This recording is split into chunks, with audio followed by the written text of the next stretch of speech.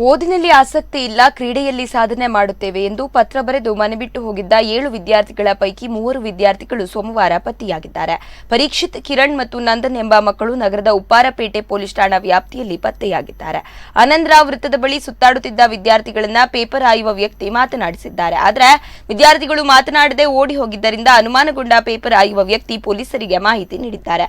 ಮೈಸೂರಿಗೆ ತೆರಳಿದ್ದ ವಿದ್ಯಾರ್ಥಿಗಳು ಬಳಿಕ ತಡರಾತ್ರಿ ಬೆಂಗಳೂರಿಗೆ ವಾಪಸ್ ಆಗಿದ್ದಾರೆ ಎನ್ನಲಾಗಿದೆ. ಇನ್ನೊಂದೆಡೆ ಪ್ರಕರಣದಲ್ಲಿ ನಾಪತ್ತೆಯಾಗಿರುವ ಉಳಿದ 4 ವಿದ್ಯಾರ್ಥಿಗಳ ಬಗ್ಗೆ ಯಾವುದೇ ಮಾಹಿತಿ ಸಿಕ್ಕಿಲ್ಲ ಎಂದು ತಿಳಿದು ಬಂದಿದೆ. ಸದ್ಯಕ್ಕೆ ವಿದ್ಯಾರ್ಥಿಗಳು ಬೆಂಗಳೂರಿನ ಉಪ್ಪಾರಪೇಟೆ ಠಾಣೆಯಲ್ಲಿದ್ದು, ವಿದ್ಯಾರ್ಥಿಗಳು ಪತ್ತೆಯಾಗಿರುವ ಬಗ್ಗೆ ವಿಷಯ ತಿಳಿಯುತ್ತಿದ್ದಂತೆ ಪರೀಕ್ಷಿತ್, ಕಿರಣ್ ಮತ್ತು ನಂದನ್ ಪೋಷಕರು ಠಾಣೆಗೆ ಆಗಮಿಸಿದ್ದಾರೆ.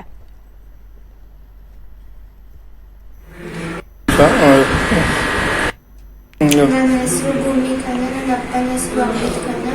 ನಾನು ಚಿಕ್ಕಬಳ್ಳಾಪುರದಿಂದ ಬಂದಿದ್ದೀನಿ. ನನ್ನ ಸ್ಕೂಲ್ ಹೆಸರು ನ್ಯಾಷನಲ್ ಪಬ್ಲಿಕ್ ಸ್ಕೂಲ್. ನನ್ನ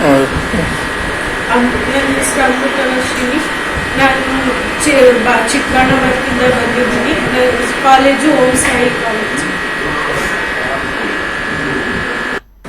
ನಾನು ರಾಯನ್ ಸಿದ್ಧಾರ್ಥ ಅಂತ. ನಮ್ಮ ಅಪ್ಪನ ಹೆಸರು ಪ್ರಕಾಶ್ ಶೆಟ್ಟಿ. ನನ್ನ ಸ್ಕೂಲ್ ಹೆಸರು ತ್ರಿವೇಣಿ ಪಬ್ಲಿಕ್ ಸ್ಕೂಲ್.